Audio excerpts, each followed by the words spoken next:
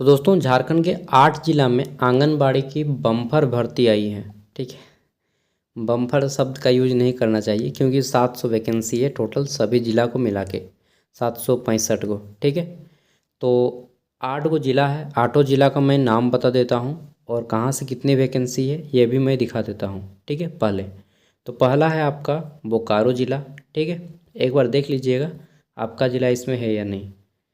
बोकारो ज़िला का और डिटेल में मैं बाद में बताऊंगा, पहले सबका देख लीजिए एक बार। बोकारो ज़िला में टोटल 129 को सीट है। ठीक है, आगे देख लेते हैं। तो फिर है आपका पलामू ज़िला, और पलामू में 315 को सीट है, बहुत ज़्यादा है, सबसे ज़्यादा यहीं पे है। ठीक है, पलामू ज़िला में 315 को सीट है यार। तो ये आपका पलामू है, देखिए, और पलामू में 315 सीट्स हैं। ठीक है, सब पीडीएफ मैं दे दूंगा आपको वीडियो का डिस्क्रिप्शन में, आप वहाँ से डाउनलोड कर लीजिएगा। पलामू में 345। ठीक है, और फिर आगे आता है आपका गढ़वा ज़िला। गढ़वा ज़िला में टोटल कितना सीट है, तो यहाँ पे 35 गो सीट है गढ़वा ज़िला में। ठीक है, गढ़वा में हो गया 35 गो। लातेहार देख लेते हैं, तो लातेहार ज़िला में आपका 42 गो सीट है। ठीक है, 42 सीट्स। नेक्स्ट देख लेते हैं, तो उसके बाद आता है आपका गिरिडीह। गिरिडीह ज़िला में 21 सीट है, टोटल 21 सीट्स हैं। ठीक है, उसके बाद देख लेते हैं, तो ये आपका है लोहरदगा। ठीक है, और लोहरदगा ज़िला में आपका टोटल 36 गो सीट है, 36 गो, और दूसरा लिस्ट फिर निकला जिसमें आपका 22 है। ठीक है, तो लोहरदगा का हो गया। उसके बाद हजारीबाग ज़िला का है, तो हजारीबाग ज़िला में टोटल आपका कितना सीट है, तो हजारीबाग में 87 सीट्स हैं, 87 को। ठीक है, उसके बाद रामगढ़ ज़िला का आता है, और रामगढ़ ज़िला में टोटल 50 को सीट है।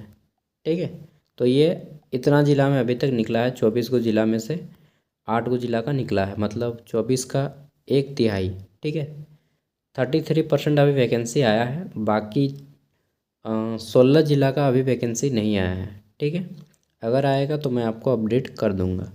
ये पीडीएफ, सब पीडीएफ मैं एक ही साथ मर्ज करके दे दे रहा हूँ, जिसका जो ज़िला है आप लोग अपना ज़िला का लिस्ट देख लीजिएगा। अब मैं कुछ चीज़ें बता देता हूँ जिसे ध्यान से सुनिएगा। ठीक है, पहली चीज़ कि इसमें 2 प्रकार की सीट है, एक है आपका सेविका।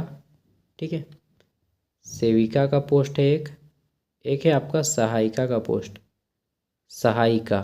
ठीक है, यानी कि हेल्पर, और एक है आपका सेविका। ठीक है, दोनों हेल्पर ही है, मतलब इंग्लिश में हेल्पर बुलाएगा, लेकिन टीचर हम लोग बोल सकते हैं एनटीटी टीचर। इसको इंग्लिश मीडियम में एनटीटी टीचर बोलते हैं। ठीक है, nursery train teacher NTT teacher बोलते हैं, और हिंदी में हम लोग सेविका और सहायिका बोलते हैं। सेविका के लिए आपको 12वीं पास होना है, और सहायिका के लिए 10वीं पास चाहिए कम से कम क्वालिफिकेशन।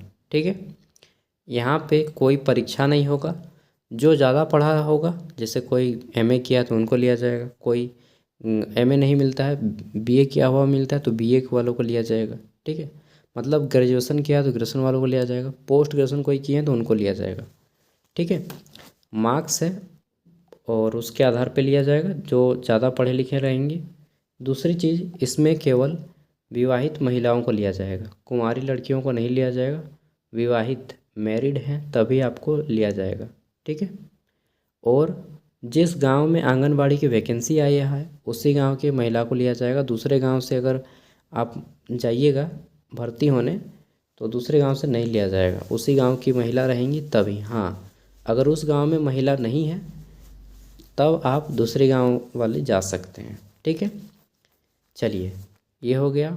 उसके बाद सैलरी कितना मिलेगा, तो पहले जो पोस्ट है आपका सेविका का जो 12वीं पास है, और एक है सहायिका का पोस्ट, सहायिका। तो सेविका को मिलेगा 10,000 सैलरी। ठीक है, और सहायिका को मिलेगा 5,000, इससे ज़्यादा ही मिलेगा, इससे कम नहीं मिलेगा। ठीक है, अब बात आता है तो सिलेक्शन कैसे होगा, हमें कब जाना है। तो देखिए यहाँ पे लिस्ट दिया गया है। पहला है आपका ये परियोजना का नाम होगा, यानी कि प्रखंड का नाम। दूसरा पंचायत का नाम देखना है, किस प्रखंड में आपका, किस पंचायत में आता है, पूरा लिस्ट चेक कीजिएगा।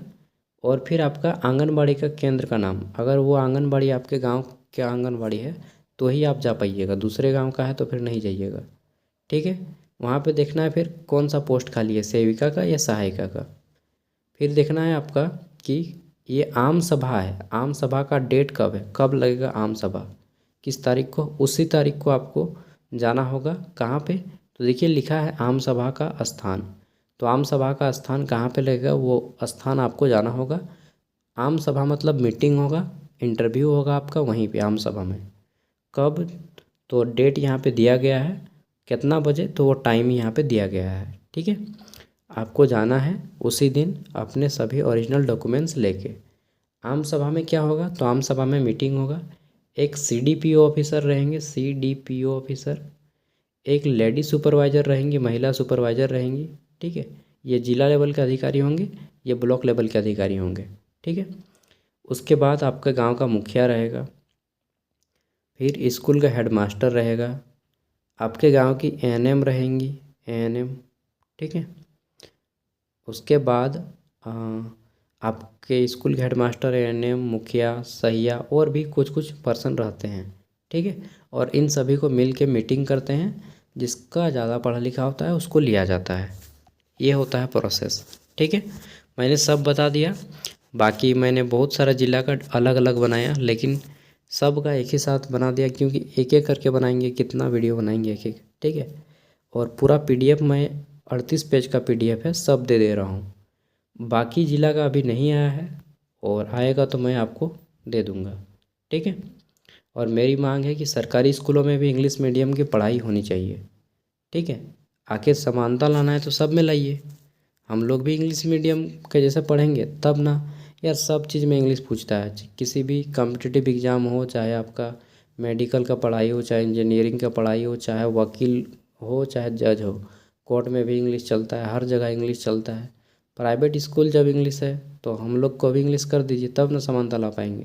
नहीं तो हिंदी पढ़ते हैं और एग्ज़ाम में आए नहीं करता, हिंदी पढ़ के फ़ायदा क्या है। ठीक है, तो इंग्लिश मेरा कहना है कि हम सब का होना चाहिए, और नहीं तो फिर प्राइवेट स्कूल वालों को भी हिंदी मीडियम कर दीजिए। ठीक है, तो प्राइवेट सरकारी स्कूल में कितना भी पढ़ लीजिए कुछ नहीं होने वाला है। 97% मतलब सरकारी स्कूल के बच्चे जो है ना, ये वेस्ट चला जाता है। 3% बच्चे ही जो है सरकारी स्कूल के सिलेक्टेड रहते हैं। ठीक है, और वही अगर इंग्लिश मीडियम करते तो फिर देखिए आईआईटी हो, चाहे नीट हो, चाहे एलएलबी हो, चाहे एमबीए की बात हो, चाहे किसी भी फील्ड में हो। ठीक है, सरकारी स्कूल वाले भी फिर बाजी मारने लगेंगे अगर इंग्लिश मीडियम हो गया तो। ठीक है, और फिर इंग्लिश मीडियम में बच्चे एडमिशन भी नहीं करवाने लगेंगे अगर सरकारी स्कूल इंग्लिश मीडियम में कन्वर्ट हो गया तो। 80% जो जा रहा है, 80 to 60% बच्चे प्राइवेट स्कूल जाना छोड़ देंगे, सरकारी स्कूल में आ जाएंगे अगर मीडियम इंग्लिश हो गया तो। ठीक है, तो देखिए मैं तो कोशिश कर रहा हूँ भाई, आप लोग भी साथ दीजिए, और डेफिनेटली सबका विकास होगा इसी में। और अगर आप चाहते कि नहीं केवल प्राइवेट स्कूल में ही इंग्लिश पढ़ाई होगा, बाकी सब में हिंदी होगा, अरे भाई तो फिर तो मतलब क्या बताएं, आप फिर यही चाहते हैं कि सबका शोषण होता रहे, जिसके पास पैसा है केवल वही आगे बढ़े। ठीक है, एक भाषा एक देश होना चाहिए यार, एक राज्य, कम से कम एक राज्य में तो एक भाषा हो, एक देश में हज़ार को भाषा है यहाँ पे। और हम सब भाषा का काम नहीं ना हो रहा है, इंग्लिश में केवल काम होता है। हिंदी में होता तो हम लोग पढ़ लेते हिंदी, लेकिन हिंदी पढ़ के कोई फ़ायदा नहीं है। ठीक है।